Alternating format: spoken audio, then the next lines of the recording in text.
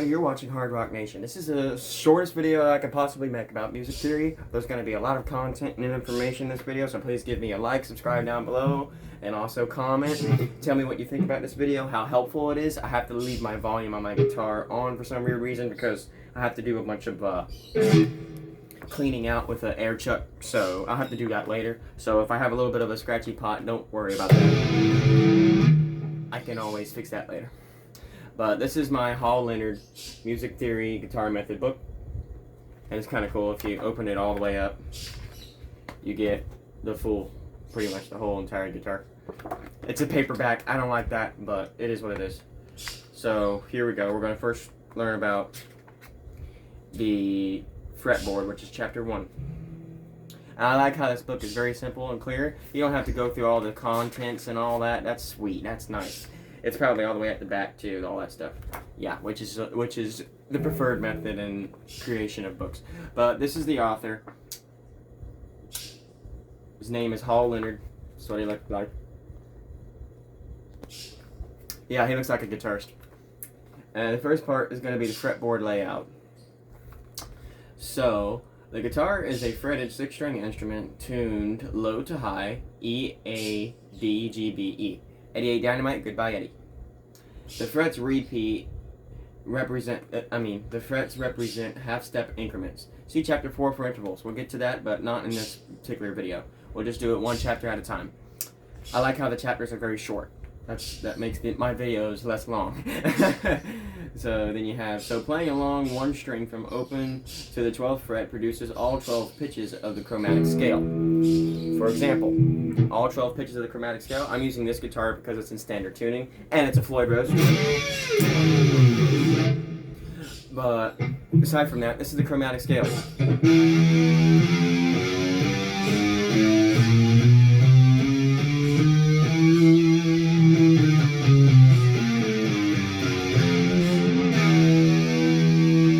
That way for every string. And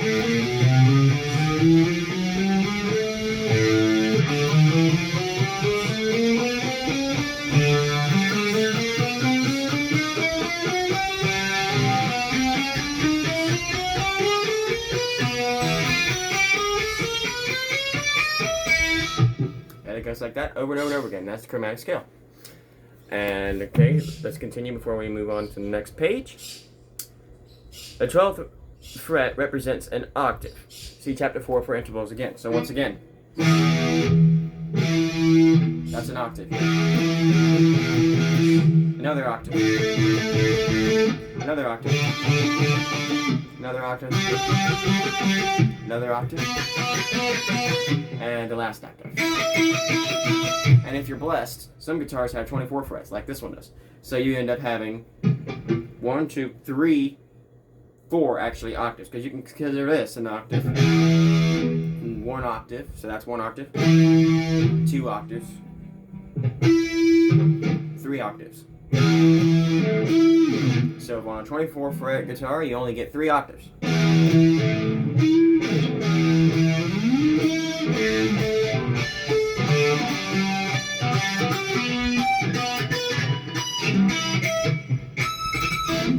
I had to play it like that because it's so high. It's like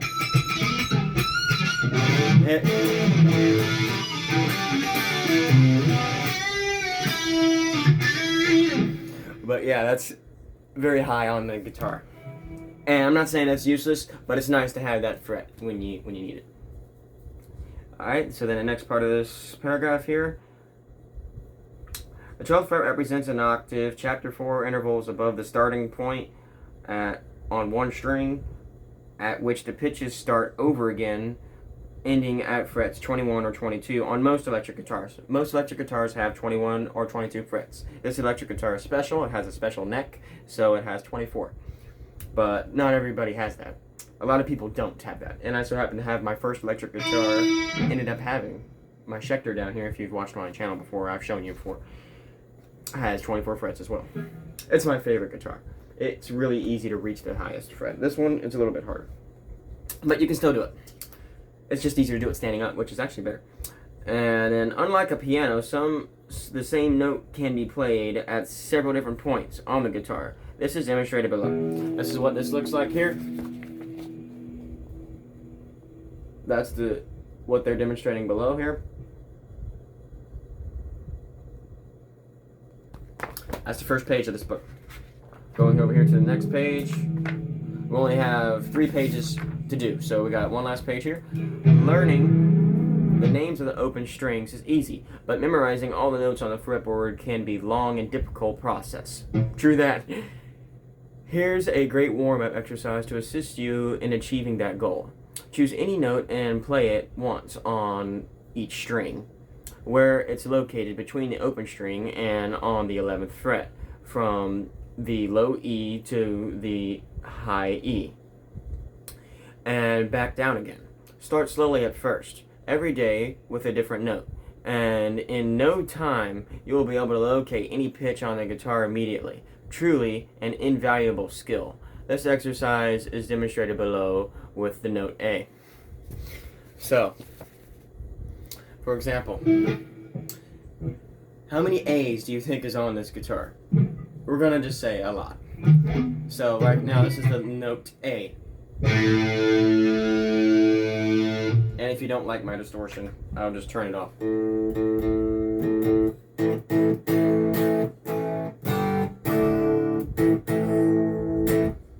Yeah. A note. I have a hard time living without that, so I gotta have distortion. What's another A note?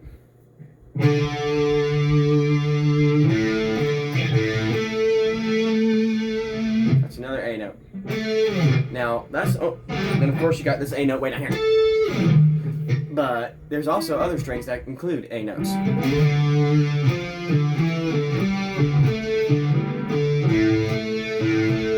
On the D string, that's an A note. And then way down here is also another A note.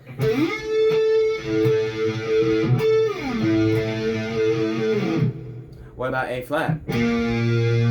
Sharp, I mean.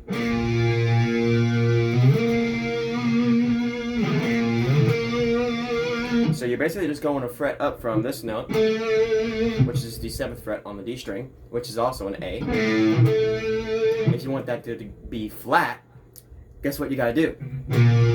That's your first fret on your A. That's an A flat, I mean sharp. This guitar is being very goofy. Sorry about that. And then you have the A sharp, which goes all the way up here to the 8th fret on the D string.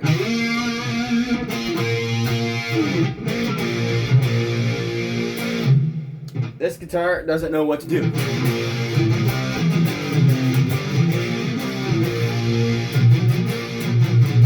EMG pickups, I'm not a huge fan of them. I just changed the battery. So A flat, A sharp, A sharp. Then what's the next note? Well, let's go back to page number 2. Number 1 here. So we can figure that out here. So the next note is going to be a B. This has no sharp or flat. And neither does C does. So B is the only note that has no sharps or flats, and so does E. No sharps or flats.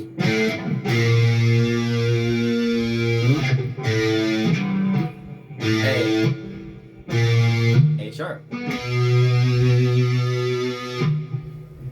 People sometimes call it B flat, but as a musician, there is no such thing as B flat. And then you have B. So this is A sharp, B flat. Same note. Then you have B. Then you have C. Then you have C sharp, D flat. Then you have D. Then you have D sharp, E flat. Then you have E. See, now it's starting to match up. That's your E note. And then you have F. That's neither, yeah, that is sharp, but it's not flat. It's sharp, but it's not flat, which is kind of funny. That's an F.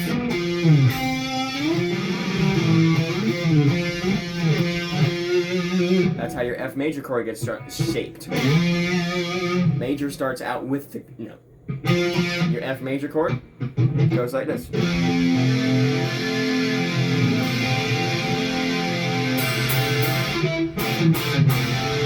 like that.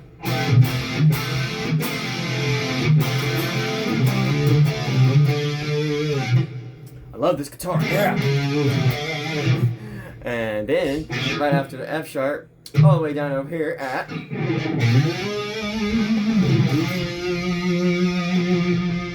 think it's this right here.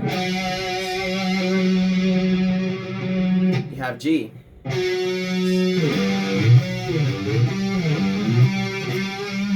you have G sharp. And then you have A again. And it does that same note over and over and over again. So you got A sharp. So you got A. Then you got A sharp, B flat. Then you got B. Then you got C. Then you got C sharp, D flat. Then you got D. Then you got D sharp, E flat. Then you got E. Then you got F. Then you got F sharp, G. Then you got F sharp, G flat. Then you got G. Then you got G sharp, A flat. Then you got A. And it does that over and over and over again. Until you get to that note right here. That's all your notes on your A.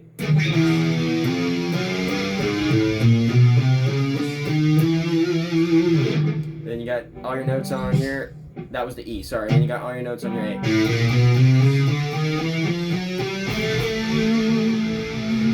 So great practice before I end this video, because I don't want to be too long.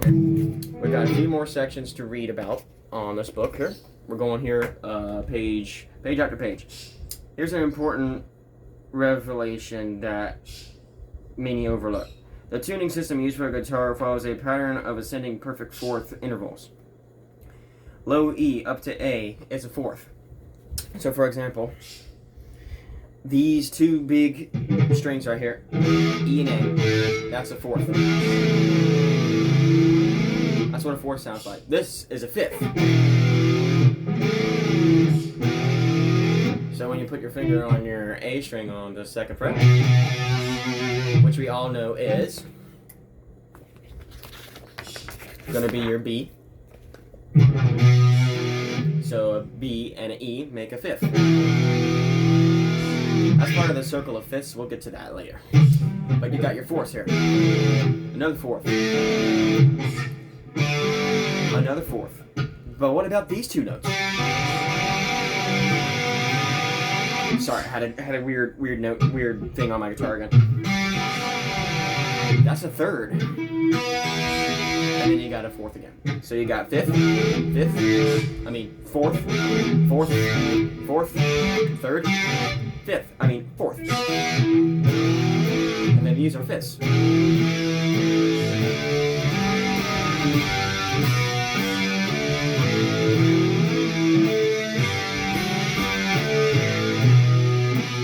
And that's how that goes. And okay, let's continue here. So then we goes to the parallel note. So perfect fourths and major relationships on the fretboard. This process is discussed in detail in Chapter 4.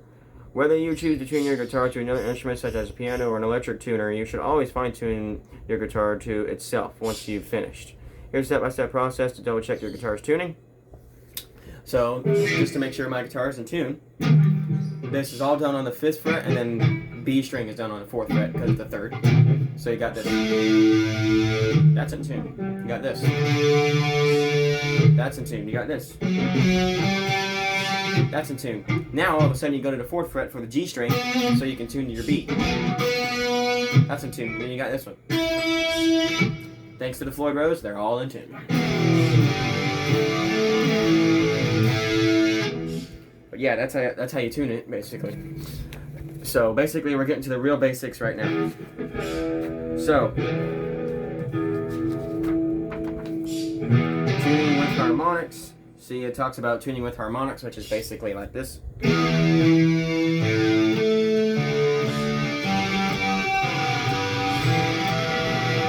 And you use the actual tuner to make sure you're perfectly in tune. Now, I might be off on that, which I probably am. I'm willing to bet. I find it kind of funny how it talks about tuning with harmonics when intonation should have been the first thing, because intonation is where your saddles... Sorry, I unplugged my guitar. It's where your saddles right here are... See those weird things right next to that humbucker right there? That is how your strings are adjusted in length from back and forth, which is super, super, super important.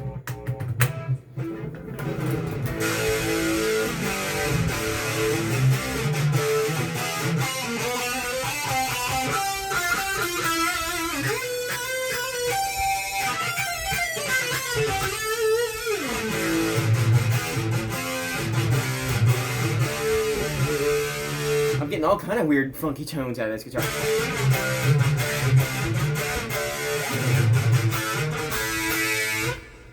Alright, and that was your intonation, and now we're tuning with the harmonics. So this is basically the end of the video here. So let's go over all of the notes before we end, which is super important. That way I'm not missing out on anything.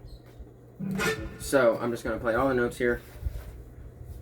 Sorry about my guitar, it sounds real fuzzy right now because the pickups are doing weird stuff. EMGs, I mean, I'd get those replaced immediately. I like passive pickups much better. That's just my personal preference. So you got E, F, F sharp, G flat, E, F sharp, D flat, D, G sharp, A flat, A sharp, B flat, B, C, C sharp, D flat, D, D sharp, E flat, and E. Then you have your A sharp, B flat, D, C, C sharp, D flat, D, D sharp, E flat, E, F sharp, G flat, G, G sharp, A flat, A.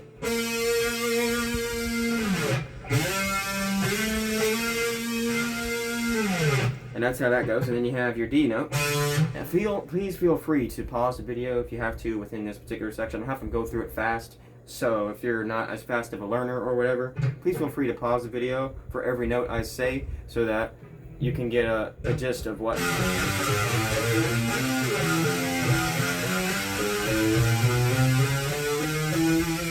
that is actually doing.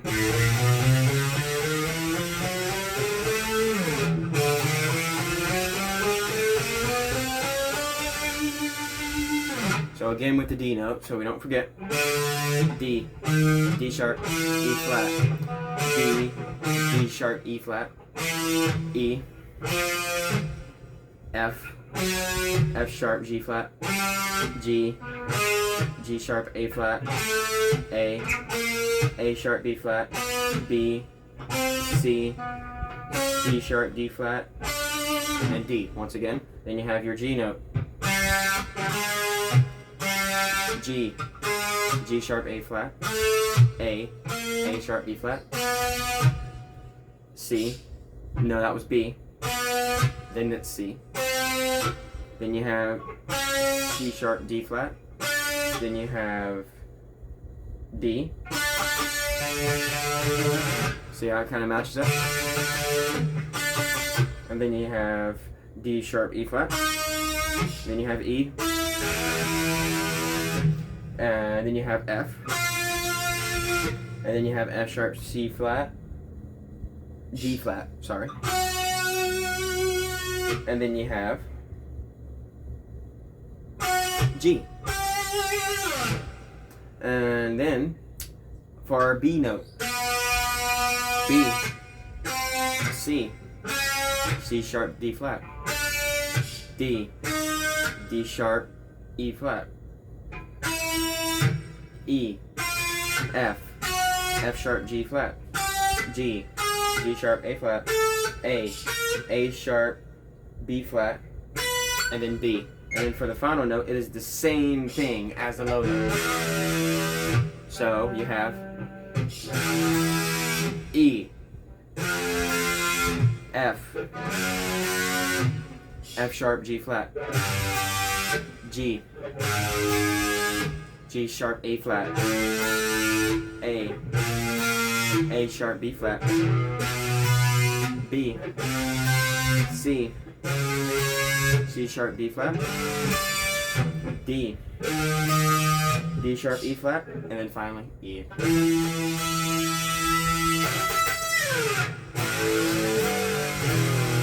Subscribe for more.